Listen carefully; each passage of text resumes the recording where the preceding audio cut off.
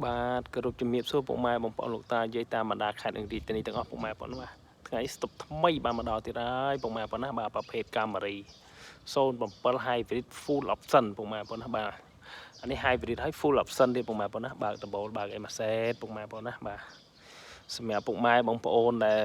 ស្រឡាញ់កាមេរីអាចមកមើលបានពុកម៉ែបងប្អូនណាបាទប្រភេទឡានសំចៃពុកម៉ែបងប្អូនណាបាទប្រភេទឡានសំចៃបាទគឺយើងរៀបចំរួចរាល់ហើយពុកម៉ែបងប្អូនណាបាទជង្គៀងគុជបាទផ្លាកលេខវែងបាទបណ្ណាមុខស្រស់ស្អាតមែនតែនតោះពុកម៉ែបងប្អូនយើងទស្សនាមកជុំបាទទស្សនាមកជុំសិនបាទមើលមកជុំមើលពុកម៉ែបងប្អូនមើលរៀងមើលបាទរៀងគឺអែមស្នែពុកម៉ែបងប្អូនណាមើលសេចដៃគេអត់មានអាឡូពុកម៉ែបងប្អូនណាបាទថតក្នុងទូរស័ព្ទប៉ុណ្ណេះហើយពុកម៉ែបងប្អូនងំមកមើលទៀតពុកម៉ែបងប្អូនអើយពេញចិត្តស្ដោកតែម្ដងបាទប្រភេទកាមេរីបាទ07ពុកម៉ែបងប្អូនណាបាទកាត់បានម្ចាស់ដើមទី1ពុកម៉ែបងប្អូនបាទកាត់បានពីម្ចាស់ដើមទី1តែម្ដងបាទមើលមកសងខាងសាច់ដែកគេពុកម៉ែបងប្អូនណាបាទអូយដល់កសាច់ដែកនេះបាទម្ចាស់ដើមទី1ប្រើថែ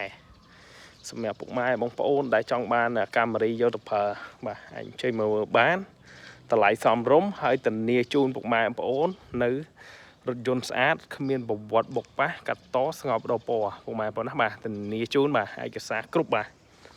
ហើយសម្រាប់ឡាននេះដែរពុកម៉ែបងប្អូនណាមើលមកជុំបាទមើលមកជុំក្រោយព្រោះស្អាតពុកម៉ែបងប្អូនអើយអត់មានកន្លែងទាស់ហើយមួយគ្រឿងនេះអត់មានកន្លែងទាស់ហើយពុកម៉ែបងប្អូនណាបាទធានាជូនបាទហើយសម្រាប់មួយគ្រឿងនេះដែរគឺរៀបចំឲ្យ100%ពុកម៉ែបងប្អូនយកទៅគឺចាក់សាំងជីបាទពុកម៉ែបងប្អូនយកទៅចាក់សាំងជីបាទអត់មានចាំបាច់រៀបចំធ្វើតុបតែងអីទៀតទេពុកម៉ែបងប្អូនណាបាទគឺយើងរៀបចំជូនពុកម៉ែបងប្អូនមកស្អាតហើយដូចរាល់អស់ហើយពុកម៉ែបងប្អូនណាបាទតើមើលខាងក្នុងពុកម៉ែបងប្អូនណាមើលក្នុងវាបាទ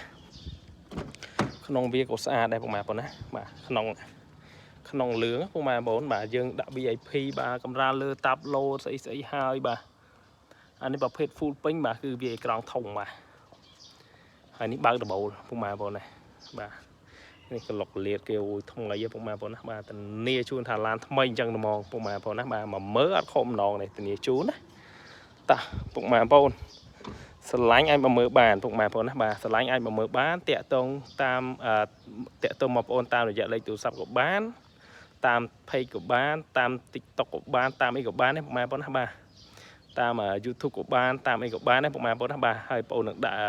Telegram នៅខាងក្រោមលេខទូរស័ព្ទអីហ្នឹងពុកម៉ែបងប្អូនណាបាទតោះពុកម៉ែបងប្អូនមានចំណាប់អារម្មណ៍តាក់ទងមកពុកម៉ែបងប្អូនណាបាទអរគុណច្រើន